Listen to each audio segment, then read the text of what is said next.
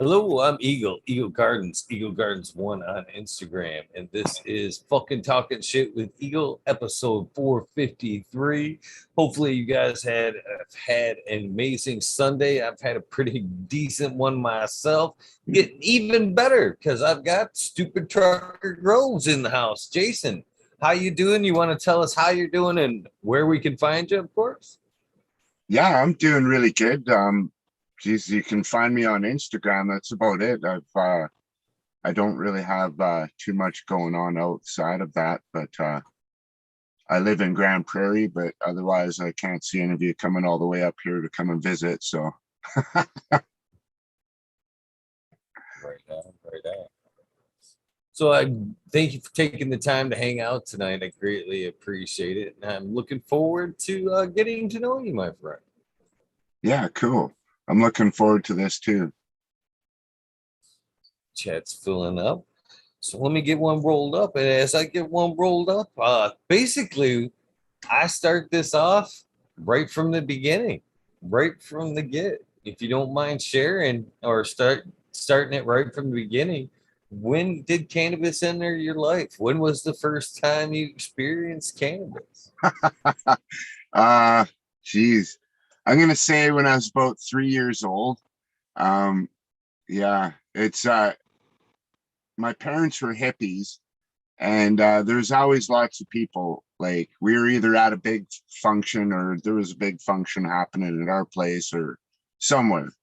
And back then, everybody's pot would have come in on bales. Most of it, it was just all that seedy, Mexican, Colombian biker weed sort of thing. And people would just show up at anybody's house and they'd just pull out their lid or whatever they had and just kind of toss it on the table, and it was just there. And anybody just kind of wanted to roll some joints or just roll some joints. But um I loved eating the seeds. It was my favorite thing. So they'd just kind of give me a big heap of pot to clean up, and I'd pull all the seeds out of it and eat them all. And that was my thing, I guess, when I was little. So I was told. I don't really remember too much of it, but I kind of remember a little bit of it. So that's kind of I just been around it my whole life. Like I got a picture. I think I was about 4 years old at a community garden wearing gum boots and a t-shirt. That was it. And I'm holding on to two pot plants standing there, and I had my picture taken. And that would have been, probably 1976 or something like that, 1977. So a while ago, right? So it's been with me my whole life. And then I started smoking at a pretty young age too, I guess. Probably 10 or 11. I would have been kind of more than dabbling, but not a regular smoker, I guess. But by the time I was grade 7, grade 8, I was fairly regular smoker on the weekends whenever I could get it, right? So um which that's how I got into growing it, because supply problems when you're 12. you know Not many people are willing to fork it over. So that's how I got into growing it. I just collect up my seeds from wherever I'd find them on the table. Saturday morning, just go do a cleanup around the house or wherever I was at. Um and that's when I started growing outdoors. And of course, back then there was zero knowledge. There was books, but we didn't have any in our household, so I just kind of copied what the old people would do. And um, my success was very limited. Um, but as I got older, I would say, 14 years old, me and a friend were kind of starting to work together on this. And we got to talking to some old folks about it. And through that, we gained a bit of knowledge. And we went out and dug some holes and did it a little more properly. But it was a lot of work. But we were rewarded pretty good for our efforts, anyways, right? I grew up in southern British Columbia, so it had a pretty nice climate for growing outdoors. And And so that was our thing for um, most of my teenage years anyways.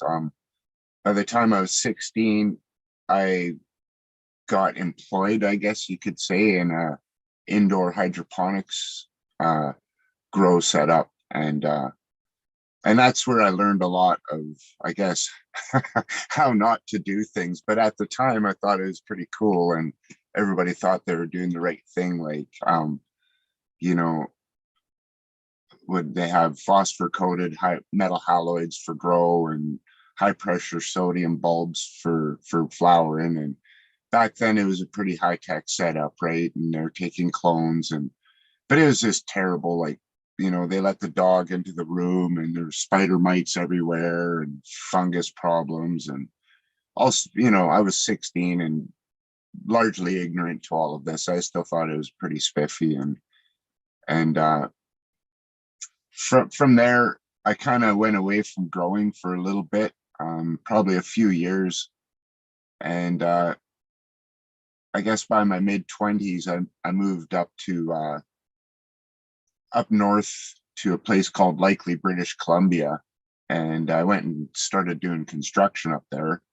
And it's way out in the middle of nowhere, just complete hick town, just nothing, nowhereville. So I started growing again when I was up there.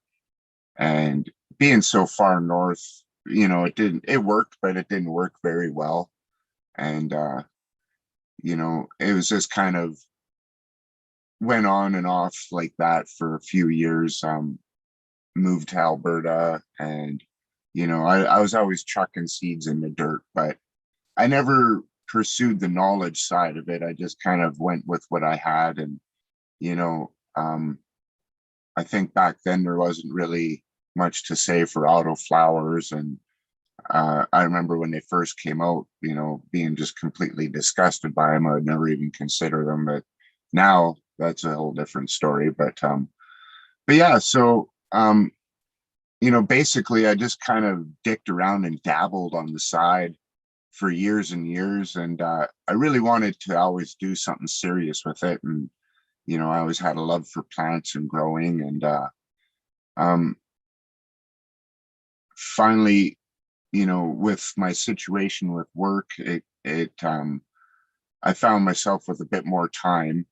And uh, it became legal in Canada, which was another thing. So I just kind of, I guess through Facebook was probably the biggest thing that started getting me going on it again, because I started seeing pictures in these groups, and it just, you know, really made me yearn for it again. So I started, educating myself properly, I guess, and, learning about all this, LED lights and stuff. And I was like, wow, this is the coolest shit. And, a grow tent, I was like completely ignorant to all this stuff, right? So we're just talking just a couple few years ago too, right? So um, I really studied really hard at looking at genetics. And I really wanted to go ahead with a plan and start small, growing in a tent, and just gradually get another tent and another tent, and work my way up to being a craft grower, right? And but I still didn't really have any direction other than just that. And once again through Facebook, I started seeing pictures of these people saying water only and no till. And it's like, no till, what the hell is that shit, right? And so I really started looking into the organic thing. And then it just all made sense, with my work situation and having to still work and stuff. I thought, I could do this and pull it off. And if I had to employ help from my wife, she could just simply water, and that should be no big deal. And, so I went ahead and searched out some genetics. So I ended up going with Ethos. They had what's called a multi-pass. So I bought into that, and I thought that was a pretty good deal. I got in on the tier 3 for 500 US, which, yeah, what an awesome deal that was. I couldn't be happier. And yeah, so I got just the cheapest possible tent, and a couple made you quantum boards, 240 watts each. And I think by the time I was all said and done with soil and Canadian Tire buckets and the whole shitteroonie, I was $850 and I was growing right from nothing. Absolutely dick all. So I was pretty proud of myself. My wife was pretty mad because she wasn't part of the decision making to be a cheap ass, and I was already cheaped out too much, really. At that point I knew that I had to get better fans, and I just kind of went with it, and everything actually I fluked out. I went pretty good with my hokey setup, but I didn't even have a hygrometer or nothing. I had no idea what the temperature was or humidity or anything. So yeah, I completely fluked out. And then I finally got one, and lo and behold, yeah, we had a heat wave and my plants cooked anyway. So. But yeah, no, that's kind of, I guess, the rough hewn story of how I got to where I'm at. It was just kind of more or less Facebook kind of really got me started seeing the pictures and stuff and being part of these groups. And really, I was only in Facebook because of my Subaru. I own a right-hand drive Subaru, so I'd almost delete my Facebook account, but I need it for parts and stuff. So anyways, that's how I got into the, seeing all these pictures of plants and stuff. And I started posting in Facebook too, but it's these groups are so toxic, like it's this like schoolyard mentality, I guess, right? If you're not buddies with the top three guys for whatever reason they are in the group, you're excommunicated, or just whatever the story. I didn't really have so many issues, but I just didn't like how guys would carry on with other people and ram advice down people's throats and all that bullshit, right? So I had somebody tell me about Instagram, and I thought, I'll give it a check, right? I kind of feigned away from it for so long at first. You know, I didn't really understand it or know anything about it. So when I finally did check it out, I thought, wow, this is pretty neat. And instantly I was just blown away by the community. Like, it's just, I'm still in awe. Like, I think in my page, I'm up to over 7,500 followers, and like, really, it just blows my mind. Like, I don't really do anything, or, giveaways or nothing. I don't know. I just kind of, just a straight up kind of guy. And, it's pretty dark there. Does that help things out at all? No? There. Yeah. Either way, we could see you just fine. Oh yeah.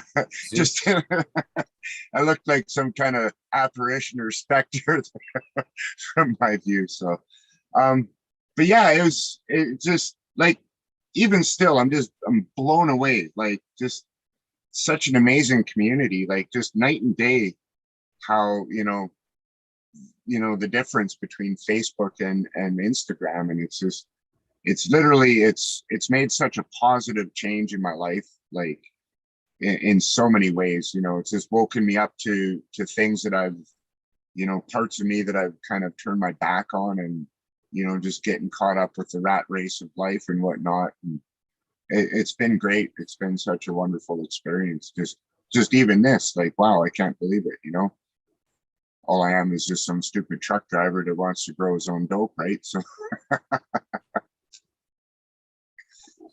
Oh man. Well, this is a thing, man. I enjoy anybody that has a passion for the plant. If they've got a story and you know what I mean, I feel that story should be heard, man. Every story counts, every grower counts, no matter how big, how small. And as far as talent level, you know, that's you may have that one thing that, even though their growing style may not jive with yours, you may have a tip for them that they may not have used or heard before. You know what I mean? So Right.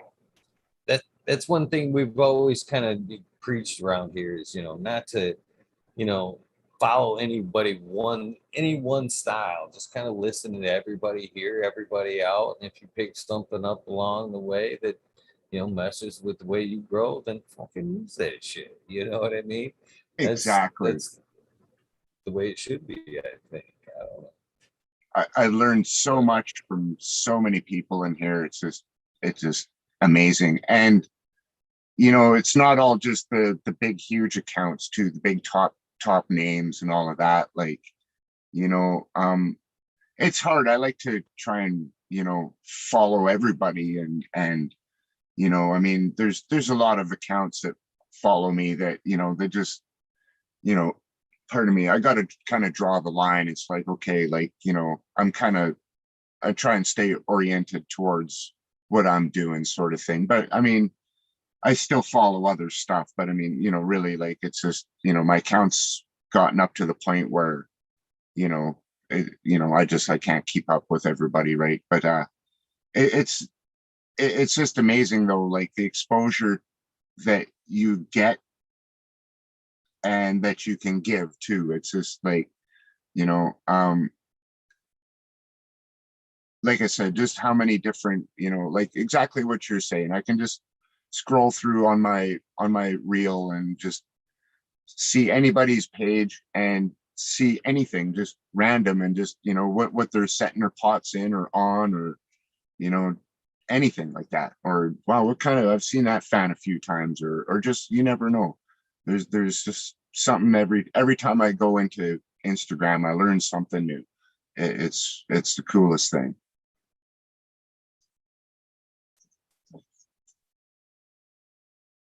I'm just waiting for my new trucker neighbor here to shut his truck off so I can roll one up, his fire one up here. And I can't share with him.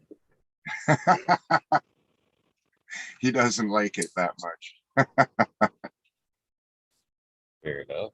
Well, I hope I'm not rubbing it in by sitting here and smoking in No, front of you. no, enjoy it. He'll be So gone what? soon anyways.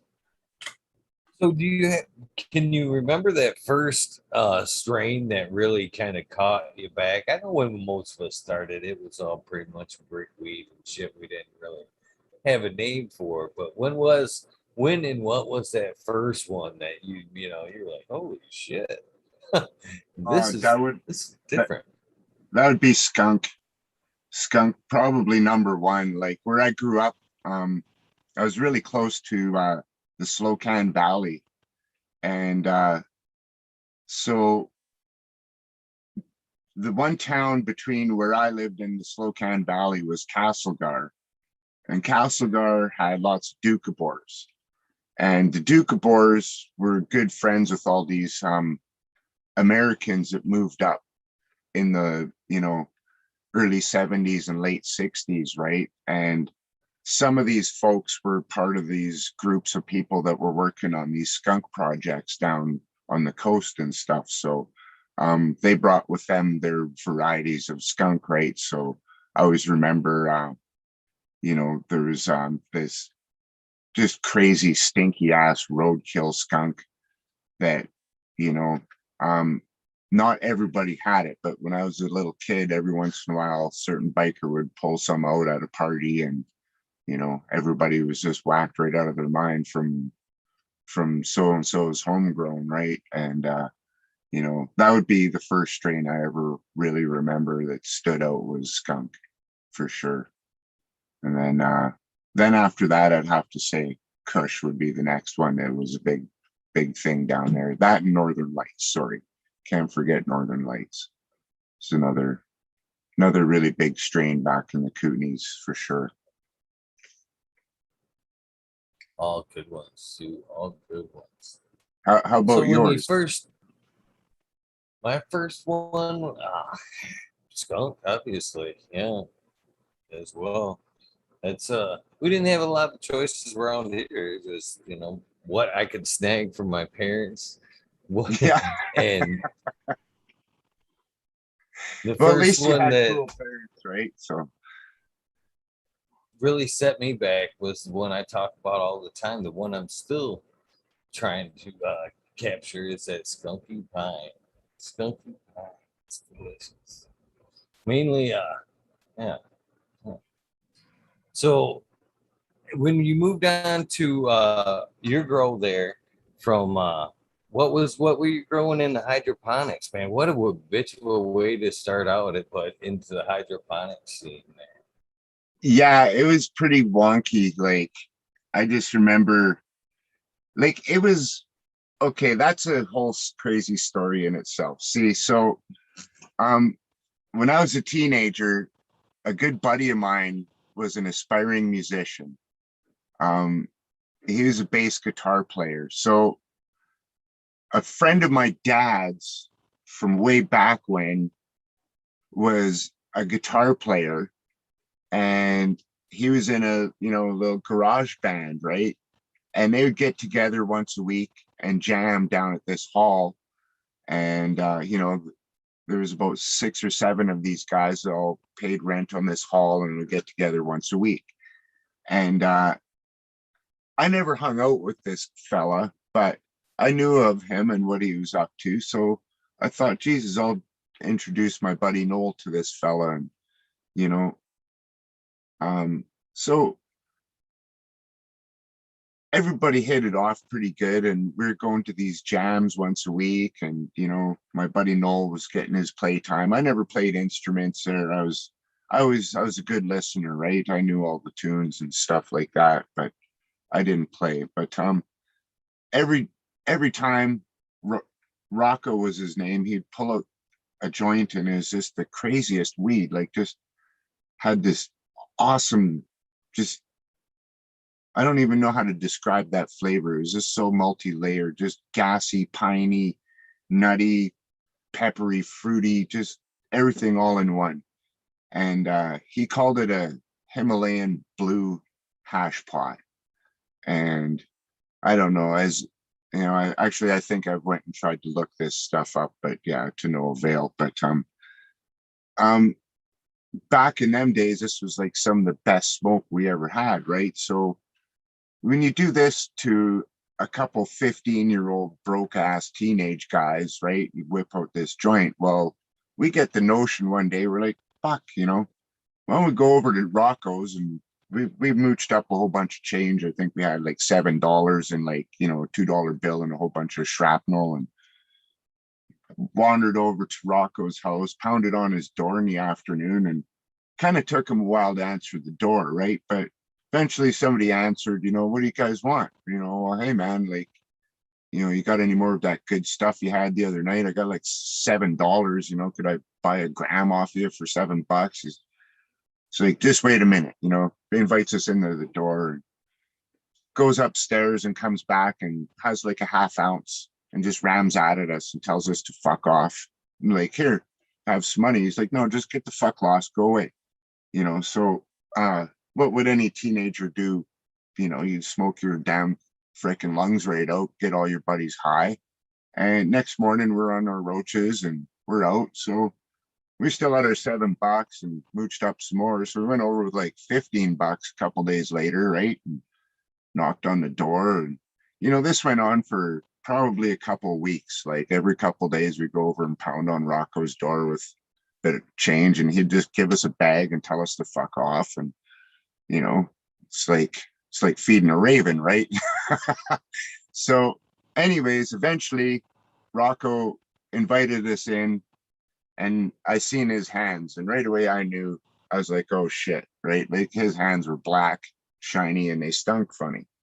But my buddy was a bit naive. He didn't understand. And my buddy my dad's buddy Rocco shows us his hands, and he says, do you know what this is? And I said, I know what that is. And my buddy Noel says no.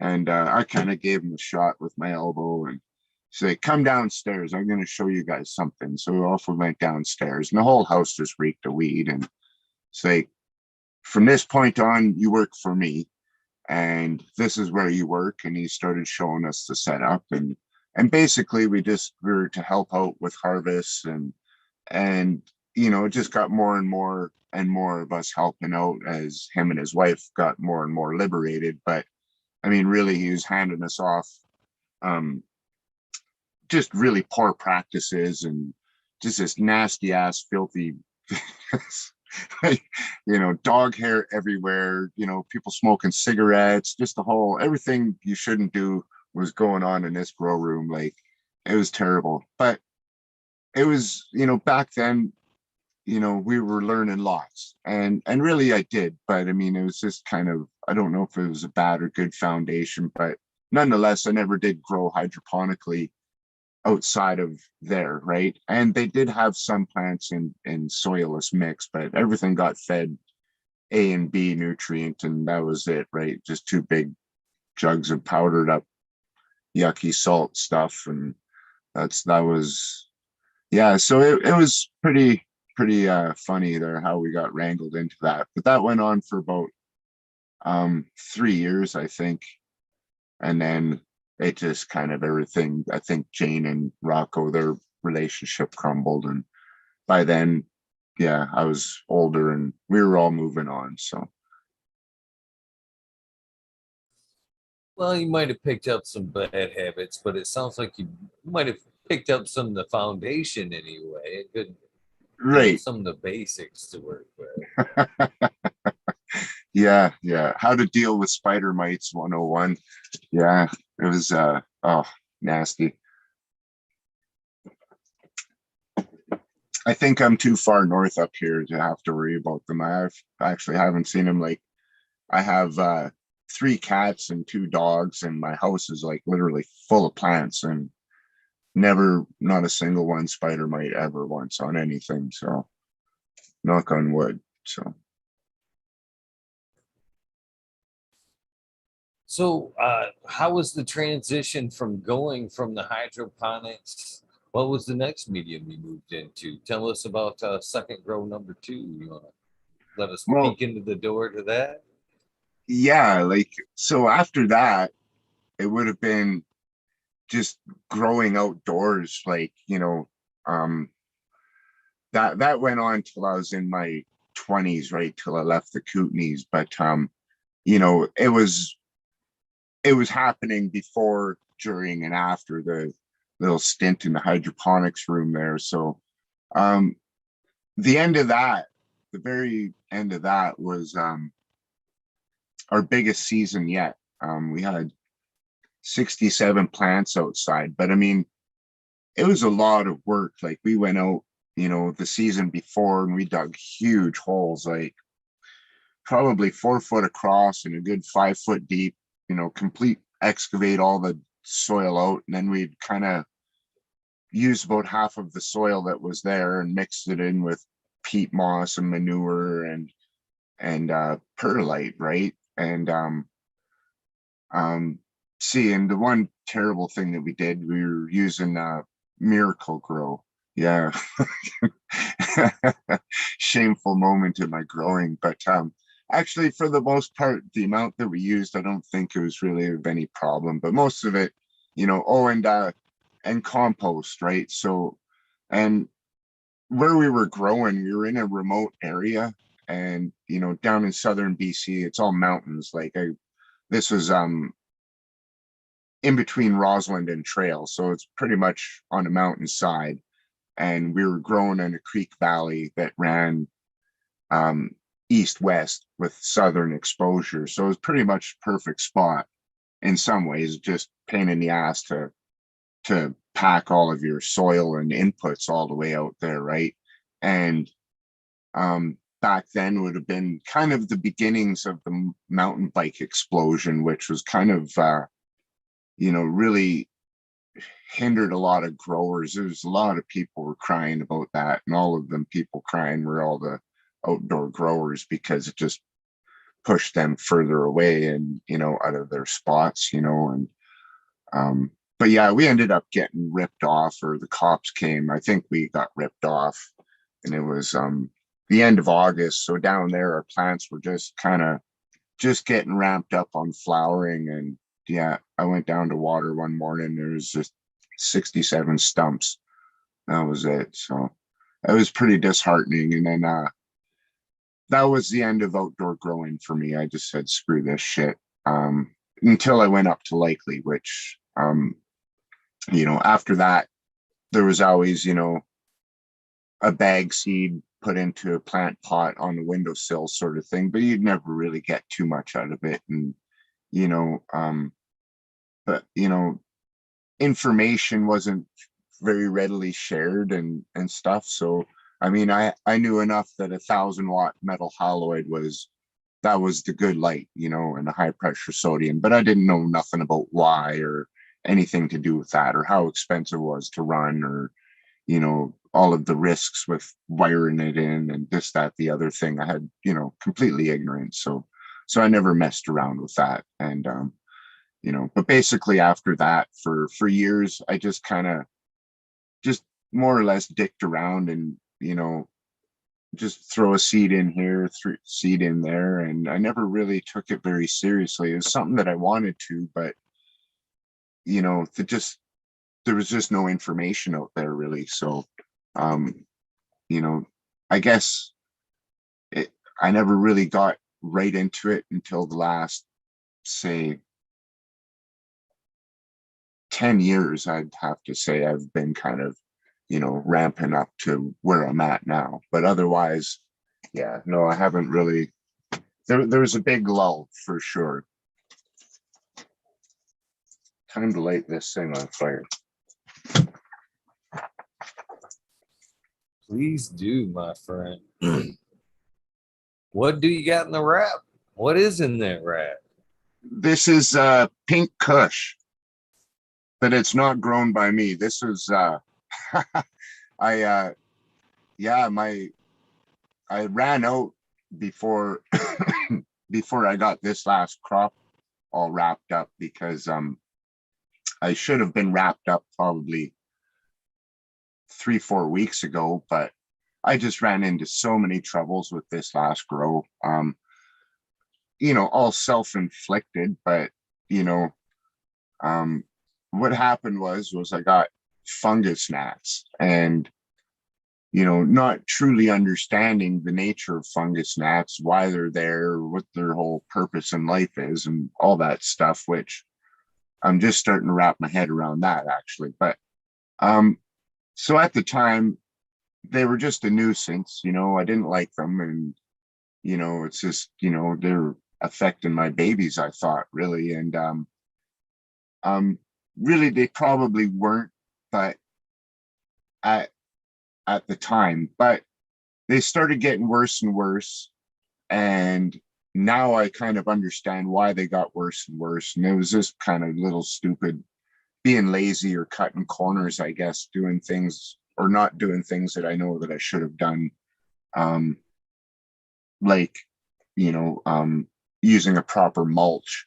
And then, so what was happening was my soil would dry out too fast. So then I'd just water it more and made too moist of an environment and attracted the fungus gnats because I was killing off parts of my roots and giving them something to eat. And so I got this bacteria that was to be sprayed to the surface of the soil. And with where I'm working and how I'm working, I'm taking off for 4 nights and then I'm back home for 2 nights. So I'm trying to plan this all. And I watered my plants really good. And then I applied the bacteria because I didn't want to wash it out of the surface. So, and then I was leaving for work. So I gave them a really good watering. And then I added more moisture with this bacteria. And I went to work. And then after a couple of days, I had my wife water the plants. And, there was no specific amount said to give them or anything. I just kind of, just being casual me. And so then I'd get back and the soil would still be a little bit wet. And then I'd do the same thing. I'd water them really good and then spray this bacteria on. And after 3 applications, I started making headway on the fungus gnats, but I wasn't really cluing into my other problem that I was having, which was I was locking out nitrogen because my soil was too wet. And then um,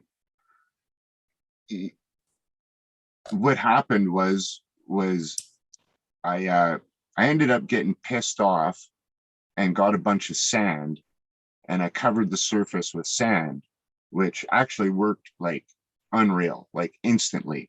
But I put too much. I put like that much sand on the top, which was like way, way, way too much. And then of course I watered the living piss out of everything and went to work. And so now we got like about 2 weeks now that the roots have been just completely saturated. They never really got too much of a break. And then I went and sealed everything off like a sarcophagus with all the sand. And basically, I started choking out the roots. So then what happened was, this was at about, my plants were already into flower. So we're going week 4 of flowering at this point, and where I added the sand. So week 4 to week 5 I had all the sand on, but what happened was it started choking everything off. So I peeled all the sand off, but it was too late, and I ended up with a phosphorus deficiency. So then we got hit with a whole bunch of heat, and with my plants having weak roots that just trashed the whole, everything just came to a grinding halt at week 5 sort of thing. So everything kind of, nothing grew for about 3 weeks, and then everything kind of just sort of ran its course and finished off, I guess you could say. So I was lucky enough to get something, but it's just a really disappointing run. But lots of knowledge, lots of knowledge was gained. So yeah, fucking fungus gnats. But They can be a headache, that's for sure. That's for sure. Of course, right, my good friend Subcool had gotten so sick of them at one point he ended up getting a fungus gnat tattoo. uh, Seriously, but that's so in your case, the sand should have been what, more closer to like a half inch, maybe 3/8. It's just a top like cleaning to knock them down. like yeah, just seriously, just a skip of sand, like just enough that would prevent the larvae from coming to the surface or from them getting through to the soil to lay eggs. So like probably like a 1/4 inch would probably have done it. And then, I ended up removing all the sand off the surface, but it was all too little too late, right? So, before I had done all the damage. So, but really, you know, um, had I just had a proper watering regime to begin with, none of that would have happened really. Like, that's basically, they're only going to show up if your plants are sending out that signal to invite them in. Um, I'm really starting to learn lots about this. This is kind of my next kind of focus of study, is just kind of more, these natural systems that we're completely ignorant and unaware of that exist for the plants. A plant will send out vibes, say, hey, I'm happy, I'm healthy, come visit me, and the pollinators come, and then your sick plants will say, hey, come and eat me, spare my sisters and kill me off, feed mother nature, get rid of me, sort of thing. And there's always a reason why you have these pests and stuff in your room. I mean, outside of the reasons how they got there, your pets may have transported them, but really what I've been looking at is preventative measures to, if you have a properly conditioned soil and your plants can take up the silicon in the proper time, that in the sequencing that it's required, then they'll build up a natural resistance to these predators that they won't be affected anyways. So that's going to be my next kind of area of looking at things once I kind of get my I'm still working on feeding and stuff like that, inputs and stuff like that. It's, I don't know. I got so many different avenues of so many different directions of things I'm trying to learn, I guess, but trying to keep it down to a few, so I'm focused on, what I really need. And my biggest thing is soil right now. Is, you know, um, a follower of mine bought me a living soil bed, so I'm I'm just doing my last final preparations, and then I'll be throwing that into the tent, and I'll be able to fit that and 4 10-gallon pots, and then yeah, it's going to be really cool. So I'm really excited for that. I'm just kind of nervous too, because having the buckets, it's kind of it's almost like growing with nutrients, in a sense that I have to just keep adding my amendments and such, whereas and at the end of it I can just toss it out or whatever. But the no till bed is kind of a, it's it all in, it's more of a commitment to me, really. So I'm kind of more nervous about it and getting it right. And I'm a bit of a perfectionist, so yeah, I'm really nervous about this. Well, there's nothing wrong with being a perfectionist, first and foremost, but No. man, that organics wormhole is deep, deep. Yes. So many different directions of study to go once you open that door up, really. And Right. most are pretty endless. Pretty endless. I've just started kind of dipping my feet into uh, true organics, I'd say. I've worked in before in like a super soil like type mix, and not really, tried to wrap my mind around what was actually happening in the soil. Just thinking about I was putting in whatever in there that was needed. That was good enough.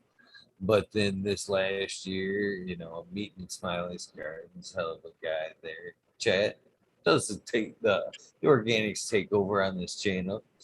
Uh, has really he really sparked my interest in organics and kind of got me growing again in a soil type atmosphere. And listening to him hanging out more has made me want to open that organic store and kind of want to understand more about what was going on, how things were being digested, what the microbes were actually doing, all that good stuff. And man, once I opened that door, it was like, holy shit. What's happening on there, it's just as active what's happening above the soil with us, man. It is very active. There's huge communities of shit doing their own things down there, and it's super interesting. Super interesting. uh so yeah, and then it's weird how that almost works backwards. That's one of the things I see too with cannabis is, we kind of started growing the plant for whatever reason, and then we start wanting to do better for the plant. You know what I mean? Improve the quality of our smoke, the general health of the plant. Get into the organics, and then all of a sudden we start applying to all the good stuff that we're applying, learning in the organics. We learn how it affects us, and we turn around and start trying to improve ourselves. When kind of maybe that's where we should have started, was trying to improve ourselves to begin with. But organics teaches you so much spirituality, how to take care of yourself, and the plant. I mean, organics is deep, deep. So if you ever master that one, uh, please come hang out with me because I'm still open ears. Yeah, it's cool. I'm really, just my first introduction to labs, and whoa, what are these things? Lactic acid bacteria, right? And I remember, can't even remember where I picked that up. Probably Facebook land somewhere, right? One of these no-till warriors on Facebook, right? And so yeah, it's, you know, I find it's hard to find some information like, say there's products like microbial mass, and, you know, I'm not saying that, you know, it's hard, maybe it's just hard for me to find the information, probably just because of the nomenclature I'm using or typing into Google. But say their product, for example, it's certain bacteria, certain species or whatever that unlock phosphorus. And see, this is one of my riddles. Like I can make lactic acid bacteria, so I want to start making other kinds of bacterias and stuff like that. But I need to know what kind of bacteria I'm making and how do I make this. But, you know, now we're starting to get into guarded secrets, it seems, right? That people don't really want to fess up this information because, you know, in the case of microbial mass, well, that's their, you know, that's their bread and butter right there. So, I mean, I can kind of understand it, but it's, you know, it's sort of frustrating, right? Because I'm trying to circumvent that stuff and, you know, do it all myself, right? But, you know, that and, you know, effective microbes and stuff like that. Like, because I want to get into making bokashi and, you know, I've wanted to do that for quite some time. It's just, you know, one thing that hinders me is time. Like, I'm just so torn with time. Like, you know, as soon as I get home from this, I'm busy doing 6 million things that I should have been doing while I'm out here, right? So, but eventually I'll get into that. But, you know, but I don't want to be dependent on, you know, going to Amazon and ordering effective microbes that are, you know, there's nobody in my community that makes them that I know of, or nobody advertises that they do. So I can't really go and buy them. But I mean, if somebody's making them, then I can make them too, right? So, I mean, everything that I see somebody else do, I observe it and I decide for myself. And 99% of the time, I decide that I can do that too, you know, which why not, right? So that's kind of how I got into this job that I'm doing right now.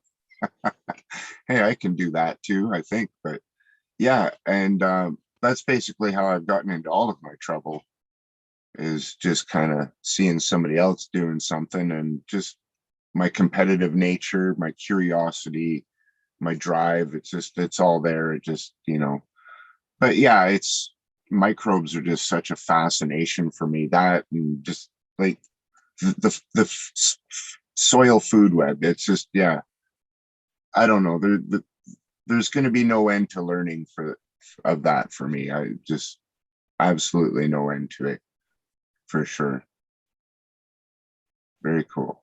So have you opened? It sounds like you've already kind of cracked open the K and F door as well. Is that some truth to that? Yeah, like I've been doing ferments and stuff, and just kind of, um I haven't really had to use it in, you know, um as a necessity. But say, I fermented bok choy, and my reason for fermenting bok choy was because a lot of times there's calcium deficiencies, right? People have calcium deficiencies, and I haven't really had one with my living soil at all. But I thought, oh, I'll just try this out. And to be honest, I haven't had a chance to use it on anything with a calcium deficiency to see if it would help. But like, it's just, it's really cool, like, because you just, you know, can target certain properties of a plant. And, you know, so like bananas, I've fermented bananas, the whole banana, just banana and brown sugar, and just equal parts of each, and chop it up, mix it into a bucket, and just set it downstairs covered with cheesecloth for, you know, 10, 12, 20 days, whatever, as long as it doesn't turn into booze. And that's like just unreal, amazing fertilizer. Like, it's just blows my mind away, like how simple, cheap, and effective these fertilizers are, right? That and another one that I like to use, I do buy it though I don't ferment it myself, is liquid seaweed, which is just fermented kelp. And that's like one of my favorites, all-time favorite plant fertilizers that I use for literally everything, right? So um but yeah, as like I'm starting to get more and more into this. We had such a weird summer up here.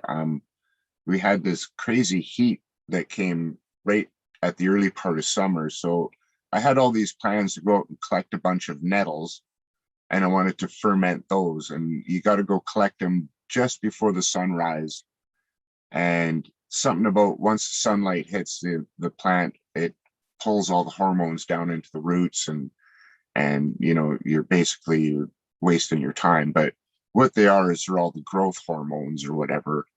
I can't remember. See, this is where I'm really ignorant to all the nomenclature and all the proper names of everything. But basically, it's the same as what you get in bamboo, or kiwi is another thing. And all of these you collect, harvest it all just before sunrise, and you're going to capture all of these growth hormones, and you ferment it. And then this ferment, you use it as a foliar spray, and it's supposed to be just the best thing. So I was really looking forward to trying that this summer, but we never got any nice nettles. And there probably is some somewhere, but all the ones around my place never showed up, so they all got toasted. But one thing I am going to try is cattails. I guess the tubers that they make are right full of silica, so I was going to try fermenting a bit of that. Everybody's on the big rage about soluble silica, which I do think that diatomaceous earth is a good source of it, but that's only what I've read in one spot, so I haven't read it anywhere else, so I don't really know to confirm that. So nor do I know the So cattail. I don't want to interrupt you, but I just want to be able to throw this out so I can get my chat scrolling again. We have an amazing community around here. I don't know if you caught some of these shows or watch some of the chat as the shows progress, but man, we've got a really cool, really cool community that hangs out and watches the show night after night. And Chiba Man in chat says, Eagle, can you tell Jason that I can email him a PDF, a copy of Judam Organic Farming, the ultra low cost way to agriculture by Young Sang, if you would like. So I I just would wanted love to it. throw that Like out there. I'll take like anything. Like, yeah, dump all the information you can at me for sure. Yeah, I won't turn anything down. I love that shit. Like, it's just, that's what I love about this community. It's just like everybody's just so willing to, and I do the same thing too. Like with whatever I can. I try not to, involve myself with being overly helpful, but if somebody asks, I definitely, for sure, no problem. And yeah, anything, if anybody's got anything, for sure. If you're willing to fess up information, I got an ear or some eyes, you bet. I'll listen or look for sure. So I didn't mean to cut you off there, but you were talking just after the nettles there, to pick back up.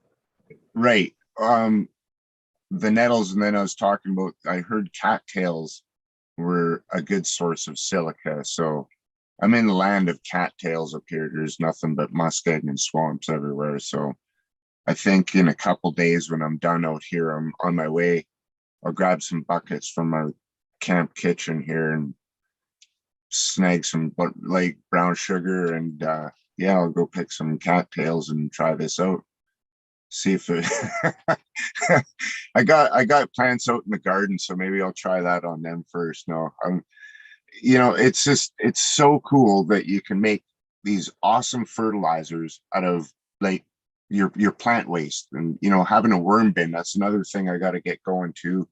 um Basically, between bokashi and a worm bin and fermenting, like, yeah, you don't have to go to the store and buy all these nasty ass salt newts, or even just if going to the store to buy nice stuff and it's just it's expensive, like geez, I was looking at a jug of fish fertilizer, Alaskan fish fertilizer, for 1 gallon jug was like $65 or something like that, Canadian. Like, holy shit. Like, but really all that is like, I got a good mind to go down to, just the local lake and just, they got like the fish gutting station there, and it all just empties into a big bucket. And if you just grab that bucket and just, sure, you could just mix it off. So I'd have to do some looking, but mix it off with some brown sugar and let it sit somewhere. Yeah. I think you'd have fish fertilizer after a while. I don't know. I don't know where I'd hide that bucket though, but yeah.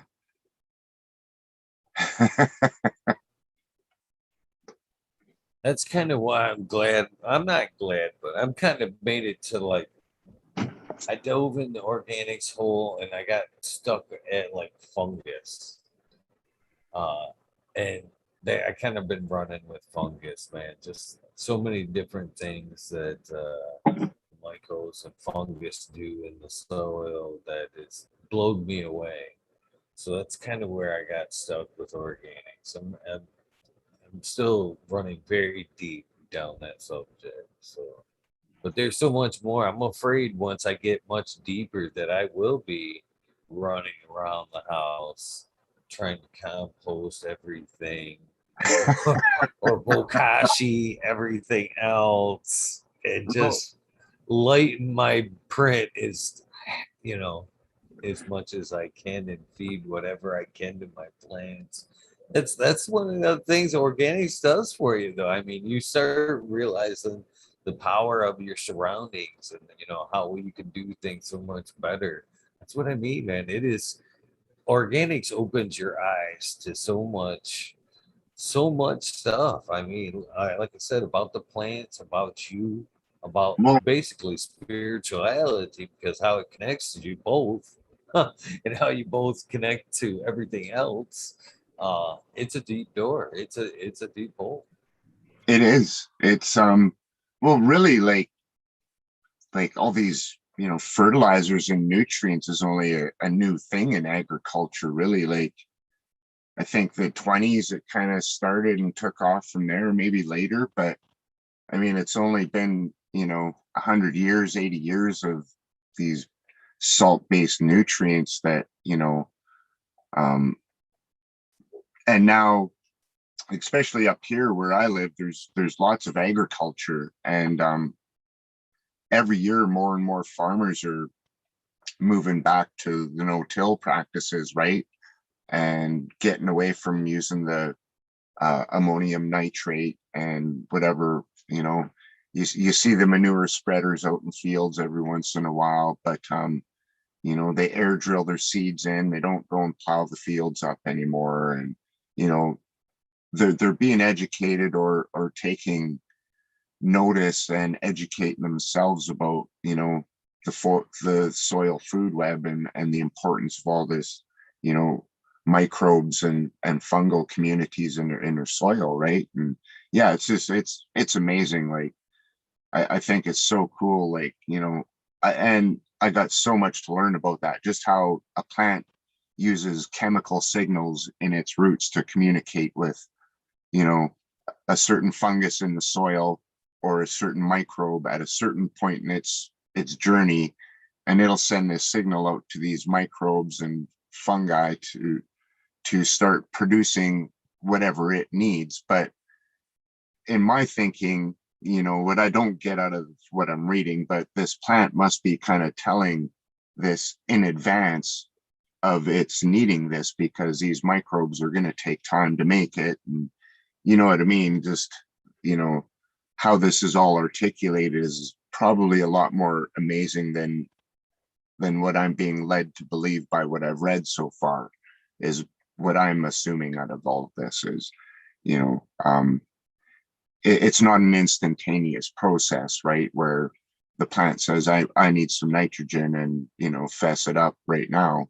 It's not going to happen. You know what I mean? And it's an evolving process going on in the soil. And one thing that I read, it was really such a cool publication, the Aptus Bible, and it was really, really neat because I was so unaware of this up until, and it made so much sense in how it was explained, and just the sequence in which nutrients are required. And by going outside of this sequence, you're gonna have troubles the entire time, right? You're never gonna get back in. If you get a calcium deficiency, it's gonna cause several other problems throughout your grow that you're never really gonna get caught up. You're just gonna be chasing problems through your whole grow. And this is, probably something more geared at, soilless grows and stuff like that. But using my buckets with living soil, I have a lot of elements that are missing. Like, I don't have my Corazai thriving in my 7-gallon Canadian Tire bucket. There's just not enough space. If there is any, it's, probably this, softball sized pocket of soil that always stays consistently moist enough that, nobody's going to perish. But outside of that, it's just kind of an ebb and flow of, microbial blooms and die-offs as the soil kind of has different conditions of dryness, I'd imagine, and temperatures and whatnot, right? It's probably not it's fairly extreme in a bucket, probably, I'm assuming. So with that too, I'm really excited for this bed. It's going to be cool. Like, I'll actually have fungi and stuff in there and stuff, hopefully, anyway. So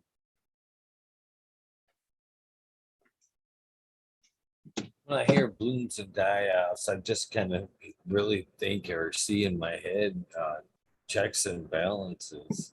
You know, things kind of, when one thing gets out of control, something else is hungry and will take off with all the excess. And when all of it's gone, it dies off.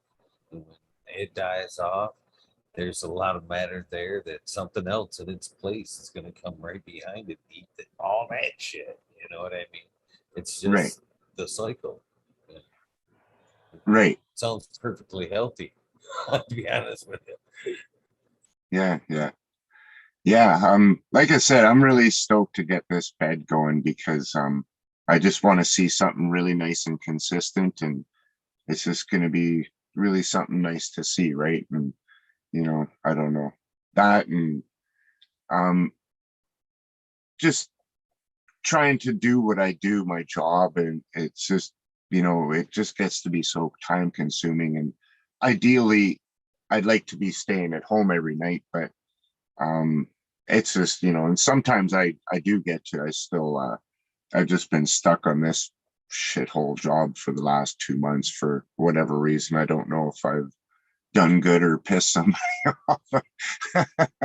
I just shut up and just yes sir, no sir, 3 bags full sort of thing. So, but yeah, so it's just, I'm just looking for something to offer more consistency and simplicity. And I'm gonna try and get some Blomat watering system going. So that'll really kind of be the game changer for me. So once I do that, then it's just fill up my buckets once every 5 or 4 days, and it's just kind of, hopefully can just go on autopilot, really is what I'm hoping for. So we'll have to see. Probably won't. So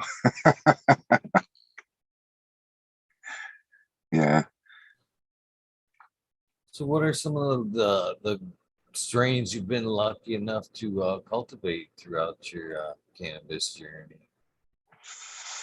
Um, well, like mostly lately, it's been mostly ethos. I started out with what did I get first? I bought Crescendo RBX 1 and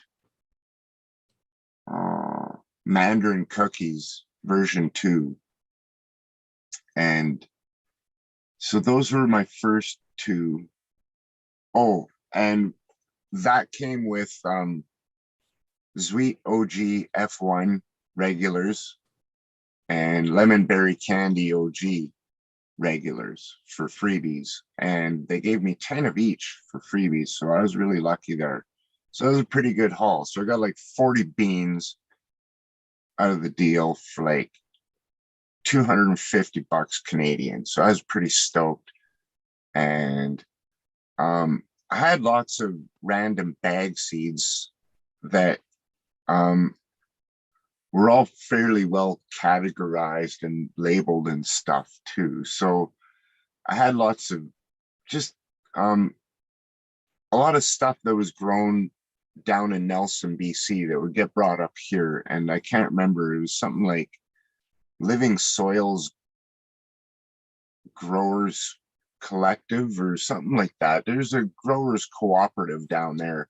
So there's like, probably 10, 15, 20 separate growers, and they all probably were tasked to grow different things. And so it was really cool though, because he'd bring up like all this really top quality stuff all the time. And of course, you always get a random bag seed here and there. So I was always scrimping and my big thing was buying seeds was like kind of really, I don't know. It was just something that I never really thought I'd ever do. Um, as strange as that sounds, like I grew up in the Kootenays, and it was like, um, you know, we we were always in awe with these Dutch strains like White Rhino and White Widows. Like, holy shit! Like you see that stuff is like, wow. And it's like, how much they want for the seeds? Wait, holy shit! Like that's retarded, right? Who would pay that much for seeds, right? We're just like, blew our minds, right? And, you know, but really we had like so many really good strains that were just growing around there that we had access to, right? Like, really the truly good ones we didn't really have access to, but you might fluke out and get a seed in your bag of dope once in a while. But as an adult, I kept all these seeds, right? And I was careful not to, lose their identity and all that. And um, geez, what was the one that I had? It just hidden hidden pantry, or no, secret pastry. I think that's what it is, or hidden. Yeah, I can't remember. Secret pastry. That was a pretty good one. I'll never forget that one. Um, that was a really good one. And vanilla breath. That was one of my favorites too. And I think that was just some homemade jobby from these, growers collective or co-op, right? But awesome strain. But I didn't know anything about re-vegging, and I believe I took clones, but I didn't take them properly, and I didn't really care. I was just kind of, whatever.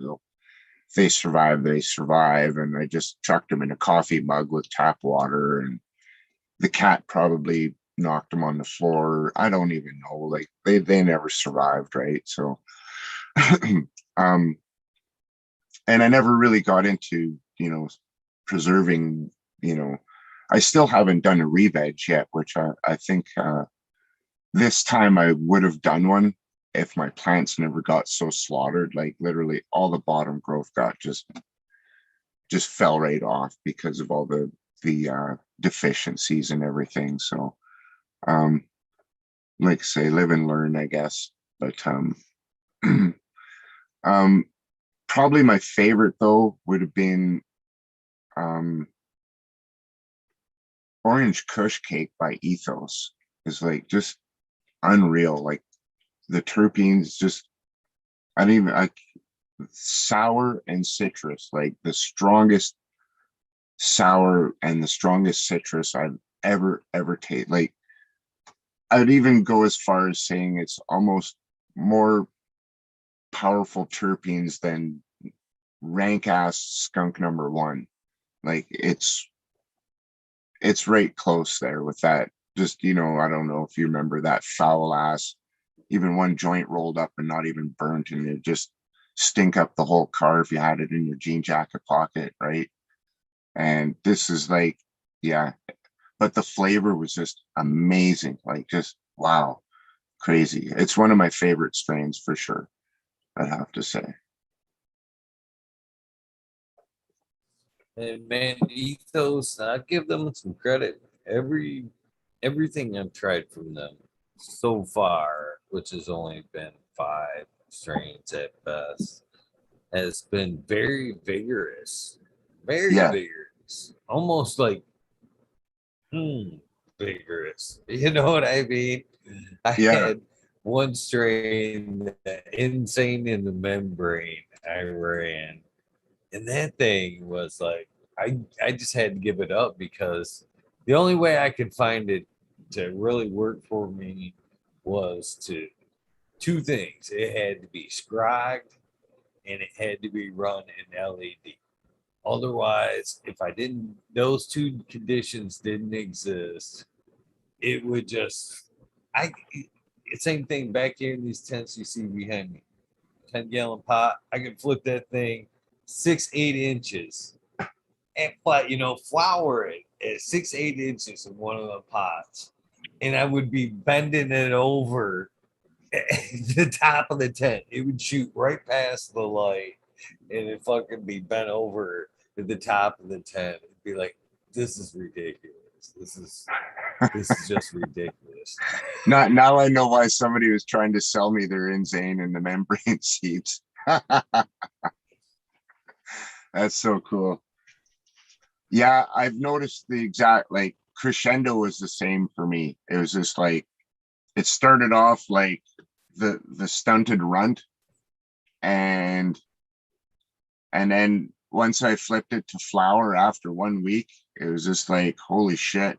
And it just never stopped. Like, I ended up, uh I never knew this trick, but my buddy, my Italian friend, he says, oh, just pinch the stem. So right underneath the main cola bud, and I just, like you were gonna super crop it, but just not bending it over. So I just, and it worked like a charm, right? But I think in doing that, it affected the size of the main cola a bit, because it kind of set it back probably a week. So, but it kept it from doing stupid shit. So, but that's one thing I've noticed about all of everything that I've, except the only one was Ethos Cookies RBX.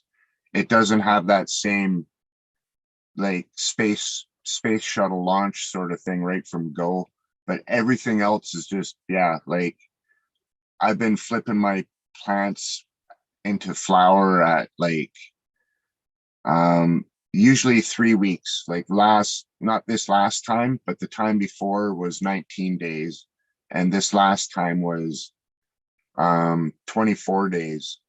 And I topped this time too. So, and I only vegged for 24 days, and I still had one plant was 4 feet tall. So yeah, which is kind of, that's about as big as I want them in my tent, right? So I start running out of space up there, and it just, temperatures get way too high. And yeah, it's going to be interesting this next grow with I took on a position, so to speak, I guess, not really, well, sort of. I don't even know, to be honest. Pardon me.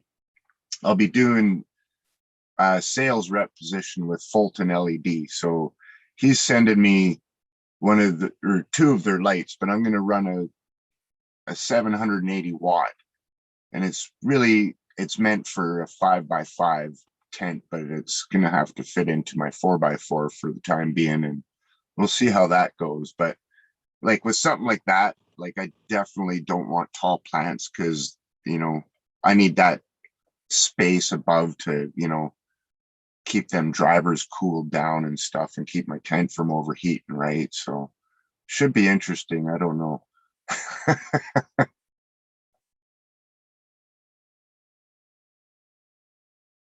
I definitely love the bar style light versus the panel.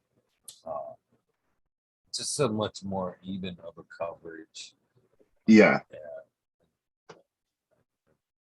Yeah, I, I, definitely love the bar. I liked my quantum boards for the one thing that, um, if your canopy, like, my biggest problem is that I'm always running like several different strains. So like really, unless you're putting a net, you're not going to keep it under control no matter what. Like if you had two strains or just one strain, it's fairly homogeneous. You're going to be a lot more successful, I think. But I don't know. It's part of the, I guess, stupid trucker thing there. I just,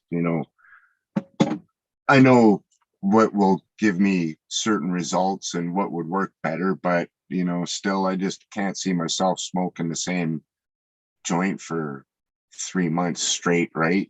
So but yeah, I don't know. I think now that I've got a few different ethos strains under my belt and then a few other strains, I kind of think I could put together a good baseball team that'll all kind of work together and party together in the tent, you know, that'll work good with the bar light. But yeah, I definitely, um, I just, yeah, making the move to the photon tech was like unreal. And I can't wait to try out these new ones. Or, I don't know. They're all amazing, really. They all work good, but yeah, it's, it's so cool, really. I think it's so fucking neat. Just like, um, to be able to put all this lighting power and not cook your plants, right? Like, um, yeah, it just blows my mind. Like I'm gonna have like 780 watts. Yeah, so we'll see how things go with that. I'm gonna have to get some sort of CO2 or something, but I don't know. We'll cross that bridge when we come to it. Yeah, it's a definitely new learning curve. Great time to be taking on cannabis in general. The amount of information that's out there, the new technology that's pushing the market right now. It's amazing. Like you said, basically before we were all worried about the heat coming from these lights, but now they make them so strong. It's the intensity. We're not worried about the actual burning of the plants from the heat. We're worried about the intensity of the light. You know what I mean? Right. It's a whole different ball game. Well, there's geez, yeah, I've seen some of these fixtures are putting out like 3,000 micromoles per second, right? Like I think I don't know for certain, but I think the sun is putting out like about 2,000 or something is what we're getting on a good sunny day here. So yeah, it's just mind blowing, right? So I'm really eager to try this out though, just to see what's going to happen. So provided I can manage the fresh air, or enough fresh air or enough CO2, like to me, I'm not in a sealed environment, so I don't want to spend a whole shit ton of money on CO2, and because I don't have that, you know, you know, for a 4x4 tent, I need a massive, air conditioner and, means of cooling all this air and extracting all the moisture out of it. And basically, yeah. So I think more of my game is just to just keep a good constant supply of fresh air. And, you know, uh, I don't even know if it helps, but like to just make CO2 bottles or whatever to supplement. But I don't know if that really helps or not. So I'm going to have to do some research for sure. But I don't want to be sinking a whole shit ton of money into, you know, like I said, it's a 4x4 tent. So, I mean, it's, I can't justify a big expensive CO2 system to just, the resident time in my tent's going to be like 30 seconds, if that, right? With the big fan going. So, it's kind of pointless to me to have CO2 enriched air, but maybe I'm wrong. I don't know. It's just another avenue I need to explore, right? So Shit, they make the CO2 bags that are pretty nice, supplemental with the 4x4 areas without getting too deep in like a setup, you know. Coming, coming a long way. right. And Good job, bro.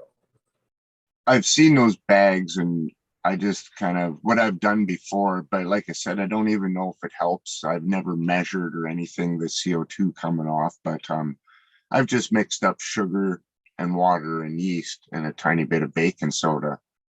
And they put off a fair amount of gas. Like if you put the lid on the bottle and give it a shake, it turns into a whale belly right quick, right? So makes a good hiss when you take it off. So um, they do make CO2. It's just how much is it taking any effect, or I don't really know for certain. Like I got a pretty big fan going, so I have a big 6-inch fan, and I probably have it cranked up to about 3/4. So I'm pushing, moving about 300 CFM through my tent at least, 320, which is to me a massive amount for a tiny little, I think my tent's about 4x4x6. So I'm shitty with math right now, but yeah, we're under 100 square feet, right? So, or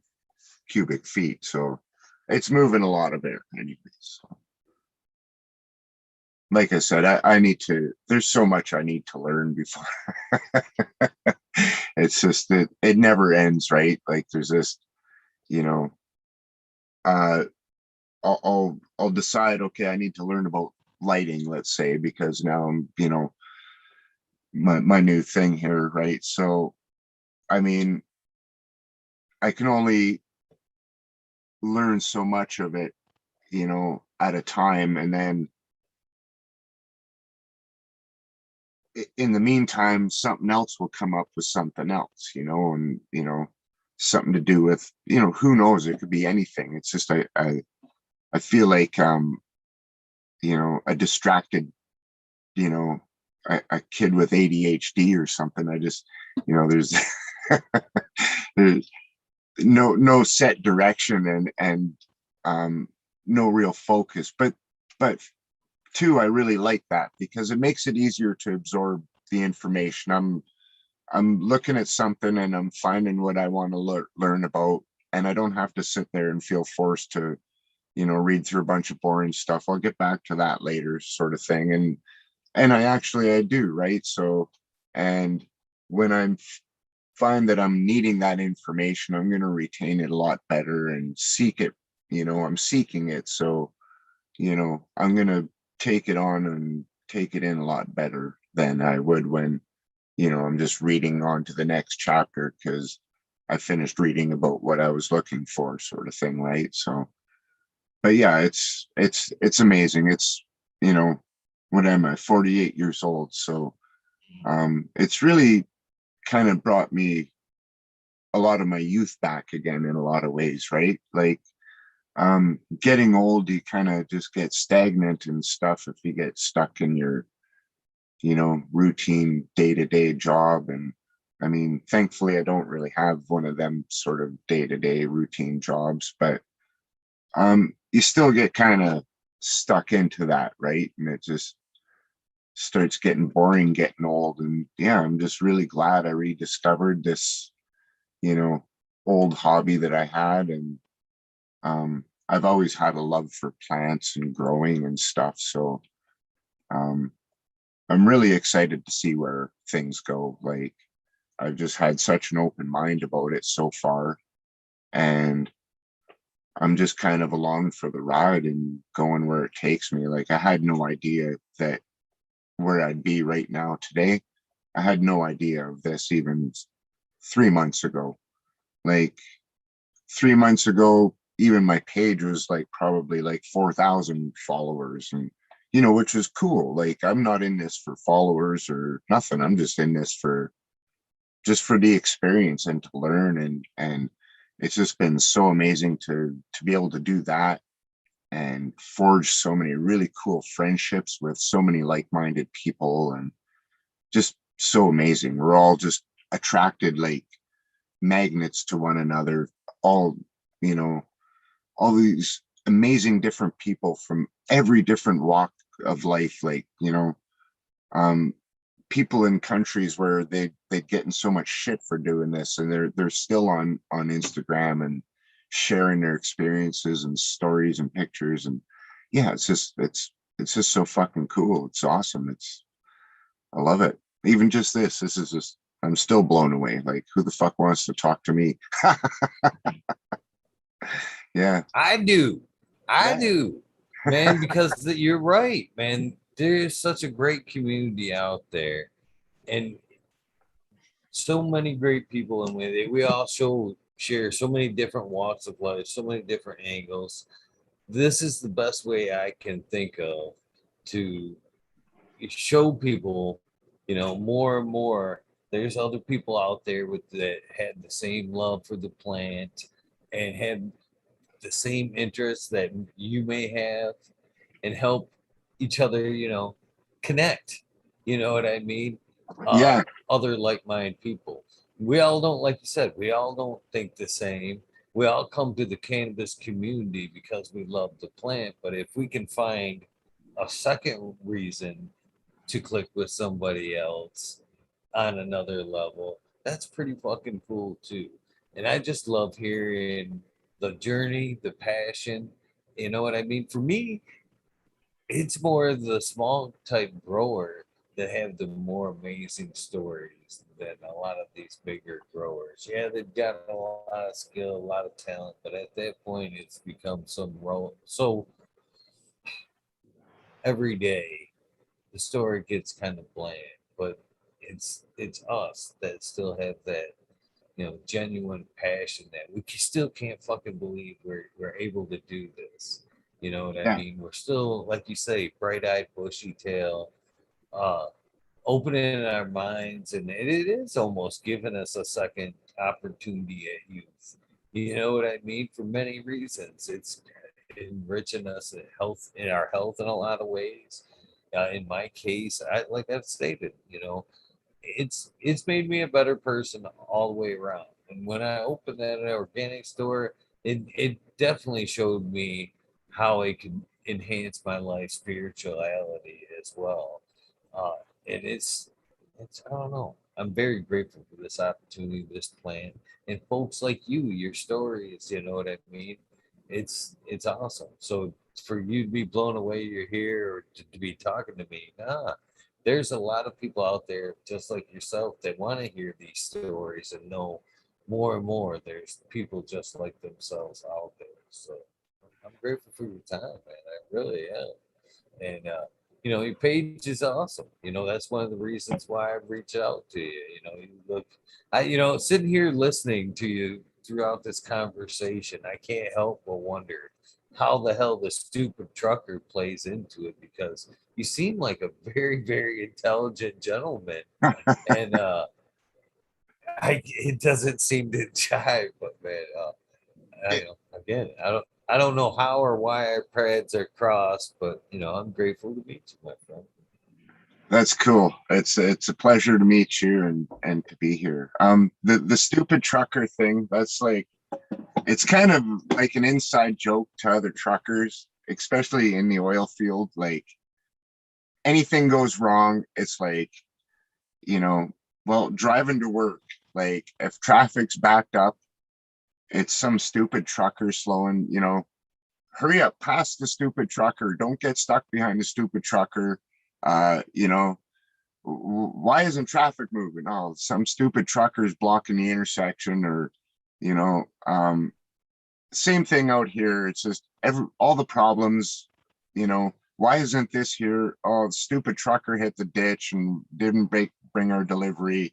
There's just all these problems that everybody blames the truck driver, right? So, I see it lots in my industry, and just the town that I live in, it's a real industrial town. So there's, trucks everywhere all the time. So yeah, there's just, and and especially driving a tank truck, like they're kind of, I don't know. In the trucking community up here, we're all the dummy tards for the truck drivers. So it's kind of just like I said, it's more of an inside joke thing, and you know that's kind of more where it came from, I guess. But yeah, So, with that being said, things must have come kind of full circle with that. Oh, I don't even like to say the word. I'm not even going to say the word. The pandemic thing. You know, things are full circle. I bet you it's not stupid trucker anymore, man. We're grateful to see them fucking trucks on the road, shit coming in, moving anymore, man. There's no more stupid truckers. It's more like right. hell yeah. But I'm like the ugly, step brother that's kept in the attic upstairs, hidden away from everybody. So like I don't they see our trucks going in and out of town, the oil field trucks, but nobody, you don't get that same glory that the grocery guys get and stuff like that, because they're bringing all the food and stuff like that to, but um and there's this dissonance, this disconnect that people don't, they don't get it when they plug into their outlet in the wall, or when they go to the gas station, they drive their Suburban to the gas station and get some gas, and to drive to the bank to go pay their natural gas bill and electrical bill. And there's just this disconnect. They don't see where it all comes from. And then again, the stupid trucker, right? Because he's in their way. Meanwhile, it's just some guy like me hauling, well, in this case I haul butane. So um I've done all kinds of different trucking for the oil field. Yeah. But and yeah, right through this whole pandemic, I worked, and it was funny because at the beginning, I think like everybody was, there's some apprehension, right? um I wouldn't go as far as saying I was fearful, but you know I was on the fence. But I was like, okay, something's up. But I was still very, very curious, and I wasn't, my wife and everybody's, hand sanitizer, and I was like, get that shit away from me. I'm okay. And I'd say by the time February was around, I was dead set on trying to contract this shit. I'm like, okay, I want this. I'm pretty healthy, like, for my age. I'm like, all right, I can hack this. I remember getting sick the last time. I survived that shit. And like I got to go everywhere. Like, you know, at that time I was hauling acid. So I was like going down to Calgary, Edmonton. I'm all over Alberta, like everywhere. And I got no choice but to go to truck stops and use public washrooms and bank machines, and nobody was wiping jack shit all, like, and I'm fine with that. I was okay. And I wasn't washing my hands or nothing. I just did everything normal that I normally would. Scratch my eyeball. I didn't give a fuck. Like, just, I never got sick. I tried, man. I seriously tried. I failed. So yeah, but I worked all through that. And one thing that I noticed is all the other people that worked through it just kept working right through it. Like Sally at the corner store, and just everybody, like all these people that were these frontline workers, right, at the corner stores, all the unknown people like me, just in the background. They don't get any, we're not a nurse or, high profile person, but all of us people, none of them got sick. I seriously don't know anybody out of all of these workers. Nobody got sick, like none of them. Amazing. It was awesome, I guess. So I'm very happy for all of us that have been unscathed. So I'll word it as such. Yeah, silly times, but it has made things a little crazy, man. The frontline workers, even today, man. Same Yeah. people that were working at the beginning of this, and like my local grocery store, man. Fucking, there's only two left that were there 2 years ago, and basically they're almost running the place now. And man, every time I see them, they are just stressed the fuck out, and I am just like, oh man, nobody wants to work. It's at this point, I'm even more grateful for it than they're actually keeping the store open at this point. You know what I mean? If it wasn't for them, Yeah. little small town grocery store would go down. I would have to drive 45 minutes easy with supplies. Yeah. That's like crazy. That would suck. And that's just like how many businesses are just still in that boat, just struggling to hang on because, they're kind of everybody was caught with their pants around their fucking ankles, really. And, how do you plan ahead for this shit, especially with smaller business and you don't have financial backing? And yeah, the fact that they're still open, that's amazing. And that's cool. There's so many, up here, it's just, I'm still watching businesses close down, like being in a, oil field town. It really boomed. So, I mean, I was expecting it to kind of come to a halt one way or another, but it's just, I never seen nothing like it. Like, there's so many, you know, developed lots, like with a huge shop and paved parking and just massive, big multi-million dollar shops, or just, 10 of them side by each, just all vacant, for lease, for sale, and nothing but tumbleweeds, right? So craziness for sure.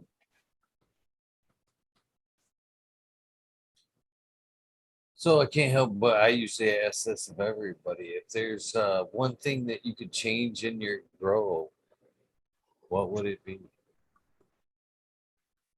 Um, there's lots I would change, but I'm trying to think what would be the most important. Just probably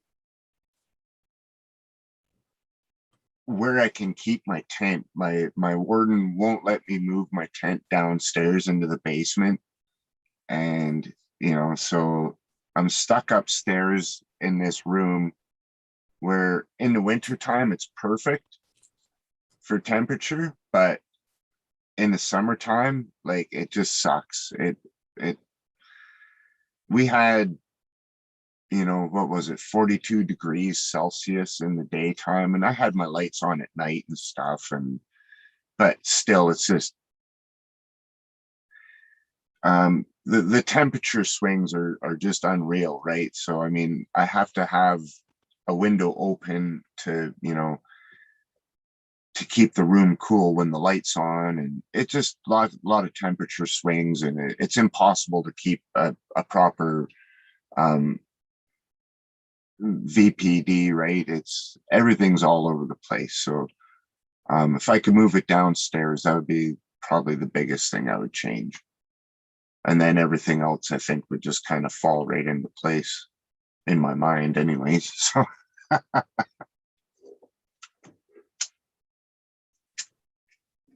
So what is your favorite turkey profile? What are some of the strains you found, not necessarily cultivated, but found throughout your cannabis journey that have worked worked the best for you? um I've always liked skunk.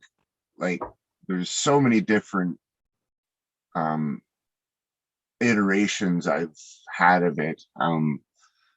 But I've always liked it. Like, I found it to be, you know, um well, back when I first started smoking it, I wasn't smoking it for the medicinal qualities, but remembering the really good stuff back in the 80s, um, it just had a lot of really good medicinal qualities and just amazing flavors, like really cool flavors. I remember my dad used to get this stuff off of one of his buddies, and um, it was some kind of orange hair, something or other, but um, you know, guys weren't big on the names back then, you know. Like my dad, I would never hear him talking to his buddies about, you know, the name of some weed. It was just either shit or stuff, right? And you know, um and the skunk was obviously skunk just by what it smelt. So um I guess um Northern Lights would have been the first kind of real brand name outside of skunk that I tried that I thought was really like, sometimes you get this real earthy, piney sort of flavor out of it. I just loved that. It drove me nuts, right? I just couldn't get enough of that. Um, and then the citrus thing too. I just, you know, OKC is like one of my favorites for citrus. It just, I grew a sweet OG of Ethos, and that was a really neat. It was very peppery, but also a very tart, bitter, almost like lemon zest, and really nice, like just crisp, fresh, but not sweet at all, right? So I could see it not being a thing for everybody, but I loved it, and just actually it was such an awesome high. That was I ended up using a male of that and crossing it with a crescendo, and it turned out really good. That's what I put. I think it was probably one of the last pictures I posted on my page there. Just absolute, just coated with trichomes, like unreal. So I'm really happy with how that turned out. So the crescendo that I grew, um, I know why it happened now. Is just by and large my, you know, stupid truckerness. I didn't have proper environment, but even people that have grown crescendo with a good proper, you know, with a good humidity, it's still, people have had troubles with the buds going moldy because they're so dense, right? Like, just I've never seen nothing that dense ever before. So um part of the reason why I crossed it with that sweet was to lighten up the structure a little bit, hopefully. And it actually, it was just, I don't know nothing about breeding, man. I was just like literally just chucking pollen, and it just fucking worked out really good. That's all I can say. But actually exceptionally well. Like the last one that was grown was the second one I did, and I gave a couple seeds to my buddy. He killed one, and the one that he grew turned out just spectacular, just beautiful burgundy violet colors and really nice plants. So I really kind of fluked out. So I can't wait to try it one more time and see how it, but I don't even really care. It doesn't matter as long as it's, you know, even if it's different every time, that's just wonderful too. So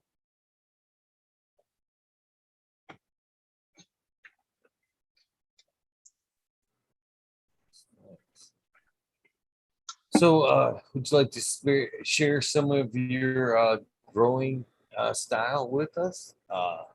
Do you like to let them grow up old natural? You a chopper? Do you like to scrub? Uh, what are some of your veg secrets, if you will, or some of your veg techniques? right, I definitely, I've not done too much scrog really. I've used a bit of trellising and netting in the past, and I never liked it because you you're committed. There's no fucking around. Like, no, you can't just, oh, I just want to turn the plant a little bit this way. But with that being said, I've also found that the way that I have been growing with my tent, just cramming it literally full, that the plants start taking on a puzzle like shape of their neighbor. And I would always have this vision of being able to rotate plants and turn them. But as soon as you do that, it just doesn't fit back in the same way. And so being a, you know, perhaps a bit obsessive compulsive, I'd kind of avoid that. But um I don't top very often. A little bit here and there in the past. And my first grow with living soil in buckets. I topped a couple plants and I let the other ones go without, which, yeah, like fathoming that, right?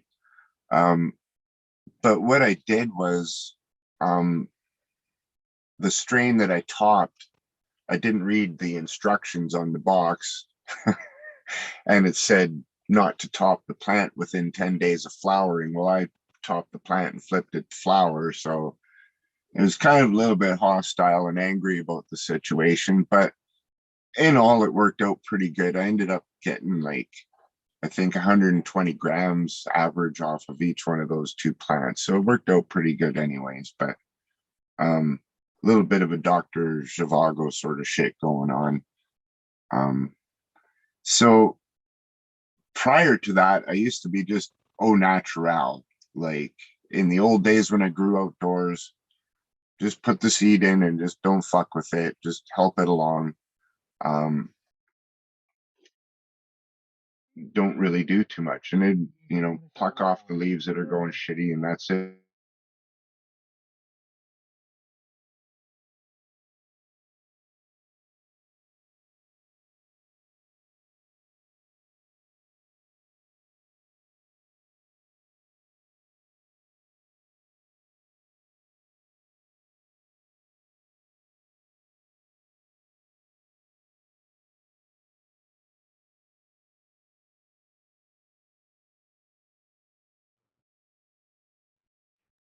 Did I lose you, Jason?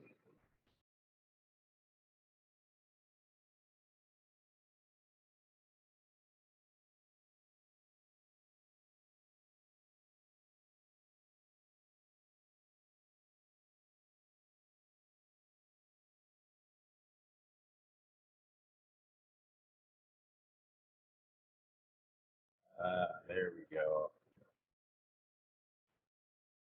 I thought it was me. I thought it was me.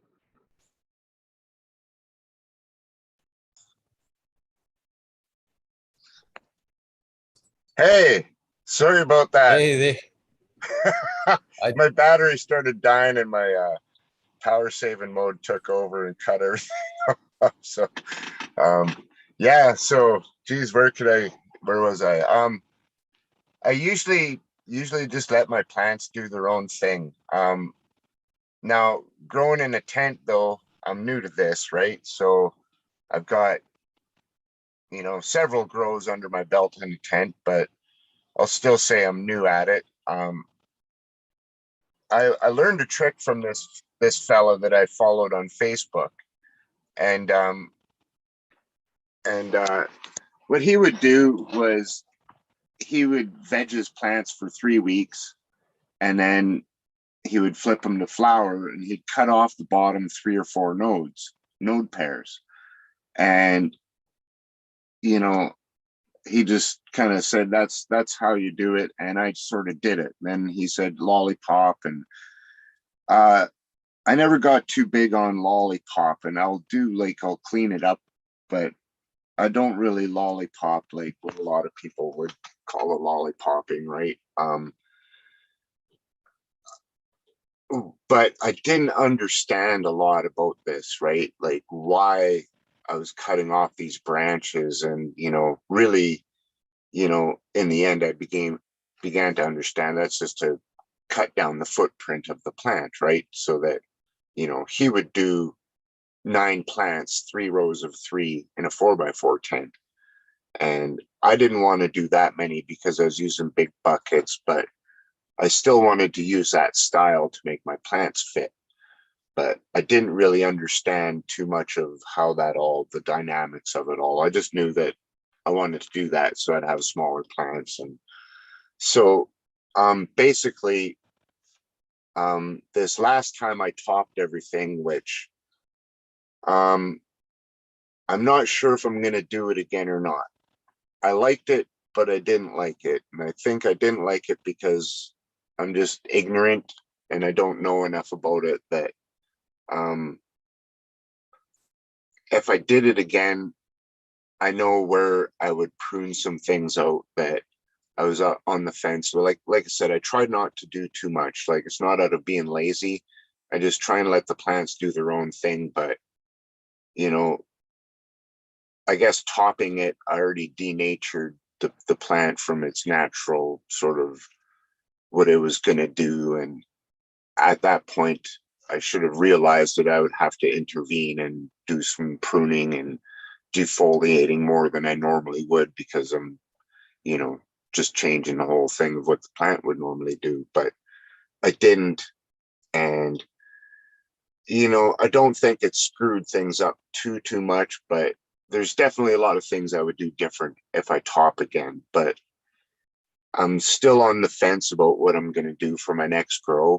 Um, Being that I'm in the living soil bed, and, you know, I think I might just keep things a little bit simpler and just kind of go back to the taking off 2 or 3 nodes off the bottom and do a really short veg. And, you know, usually I do pretty good with that anyways, and just to get comfy with my bed and see how things go from there.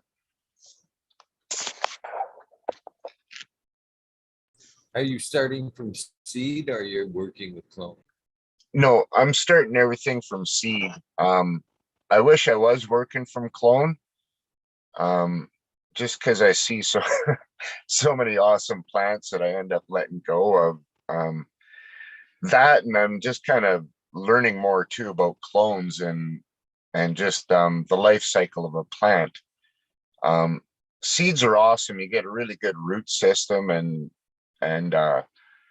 but just all the variation sucks too sometimes. And it's wonderful, but it's hard to deal with in a tent. Like, you get all these different personalities, and even with living soil, like, in the bucket, there's just not enough there for it to continually provide for the plant by just watering and stuff like that. So I have to charge the soil up and, you know, add microbes continually, and, you know, um, basically, um, I got to kind of look after things a little bit better than I normally would if it was a, you know, uh,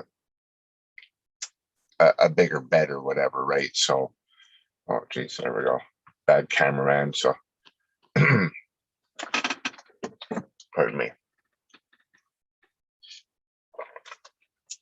Um, Geez, now I forgot what I was saying. Fuck. um,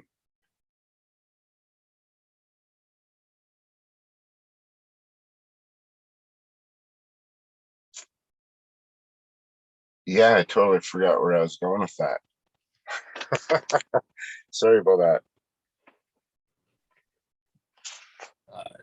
Chet would like to know if you have tried to eat those white wedding that was in your package this year. No, I wanted to. I missed out on that. Actually, I won a contest on Instagram, and so I went to order the seeds, and they were on back order. So I postponed my order for my winnings for 2 weeks to get these seeds. And when I went to place my order, they had already sold them all, I guess. So I was left to choose something different. So that's when I ended up picking up the orange kush cake, which I'm glad I did. But everybody's white wedding that I see, it just, I don't know. It looks pretty nice too. So everything that I've tried and seen of Ethos is pretty nice. But I mean, everybody's got nice stuff out there. And even, you know, I really want to try some just greenhouse seeds, some UK cheese, you know, and skunk number one, and, you know, something like that. Like, even, you know, I don't know. But everybody's got so much nice stuff out there right now. It's just, that's the one thing too that I love about Instagram, is just the exposure to everything. Like, it's just, this whole world is opened up to me. Like, just, it's amazing. It's so cool. And I just love it. Yeah. Pardon me.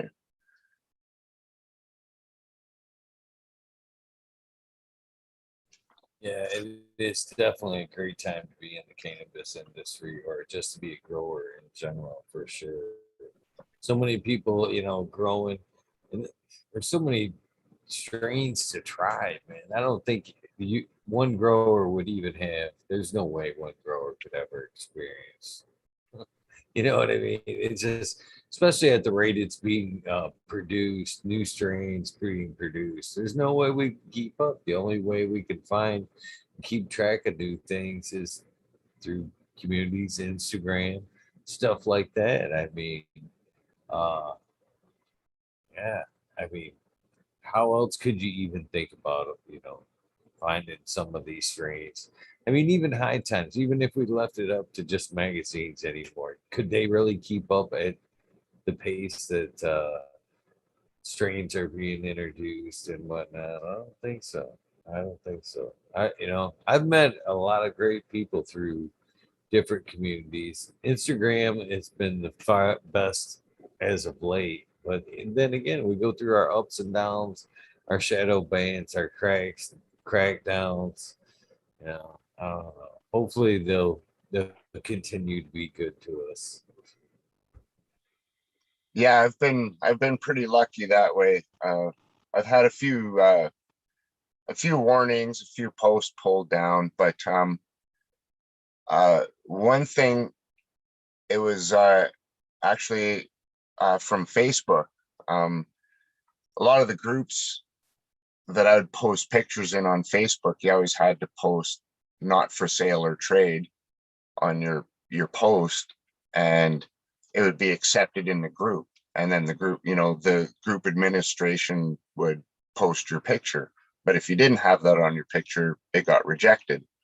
So I started doing that with all of my posts, and like magic, they quit bothering me. And I changed my hashtags or whatever, and I just kind of copy and paste right for every post. So I changed all my hashtags for whatever reason, and I didn't include this not for sale or trade. I forgot about it and I got lazy. And at one point I realized, and I still just, like I said, I was being lazy and I didn't bother with it. And then they started nailing my posts again. And now I had a sponsorship, right, with Photon Tech. So I was all worried about breaching my contract and fucking shit up with them. And, you know, so I was pretty worried. I started a backup account. I still got to put more pictures in that, damn it. Anyways, but I then remembered, oh shit, I should try this not for sale or trade. And uh, I think I changed a couple hashtags that I was using and changed my page a little bit, put education only, no or no minors, and every post I make sure there's not for sale or trade. And I haven't had any issues since. So hopefully that's the ticket. I don't know for sure, but whatever. I'm going with it anyways. So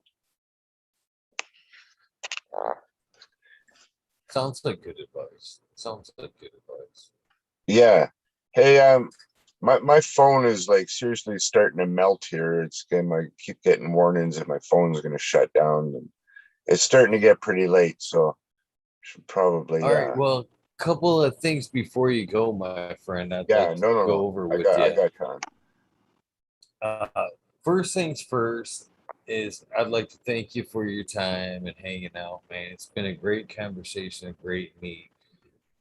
Another thing I'd like to go over with you is I don't know how well you've looked down the channel, both the YouTube more or less, Instagram's more or less who's been on the show, but the YouTube channel itself. There's three versions of a show that are on the channel. There's this version, fucking talking shit with Eagle, and that's the Spotlight show, and that opens you up to the next show, basically. I don't know if you've looked, but basically, there's another show called The Wormhole.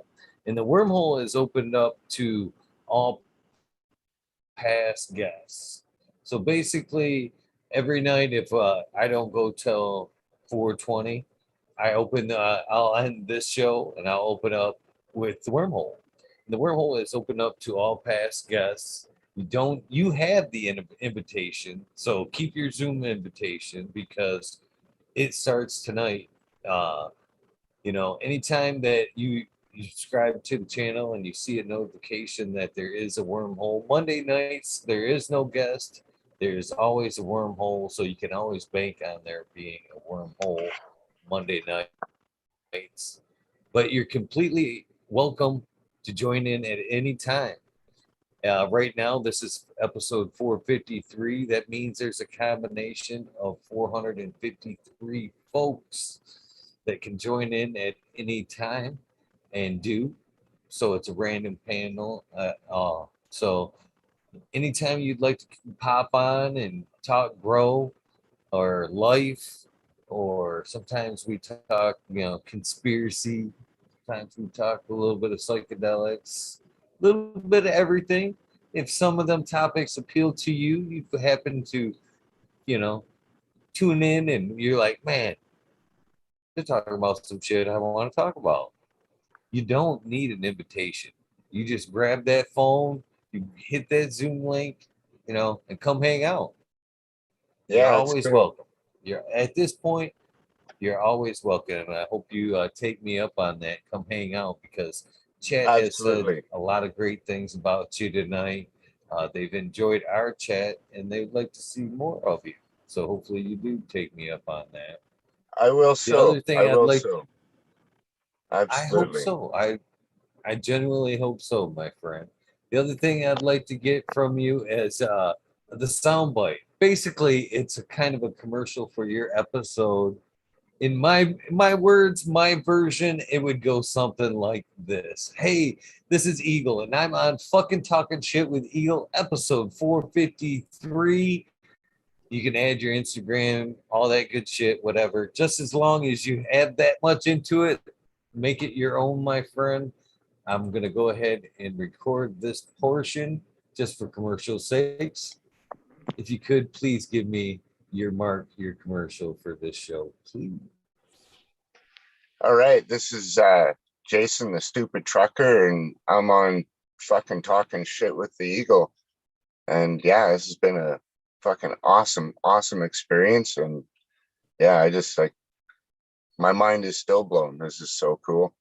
So cool. Thanks for having me. I really appreciate it. Man, thank you for sharing, my friend. Thank you for sharing.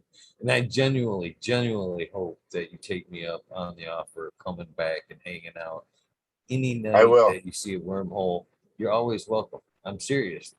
Don't think I have to, hit you up and go, hey, stupid trucker, come hang out. That's not how it works. You're completely in control of that. You know what I'm Yeah, I got saying? you, So man. I know what you're saying. Yeah, I'm load starting your to Troy embrace up and this come hang whole out.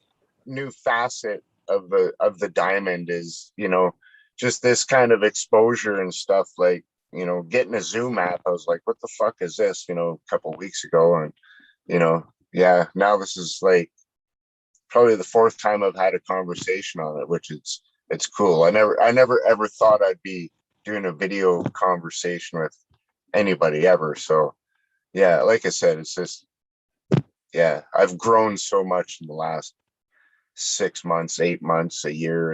It's amazing. It's just the coolest thing. Yeah.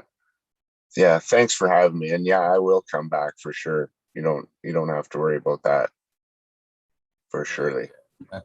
Yeah, yeah. They are too. They're giving you a lot of props in chat as we speak. So, as they're saying, and I'm saying, please come back. With that Absolutely. being said, I do appreciate your time, brother. You kicked off another evening. That's basically it. You kicked off another evening without a guest. This shit doesn't.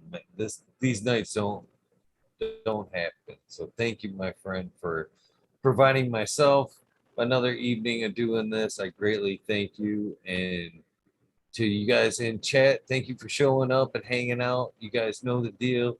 Random acts of kindness do save lives. Don't be afraid to do something nice for somebody.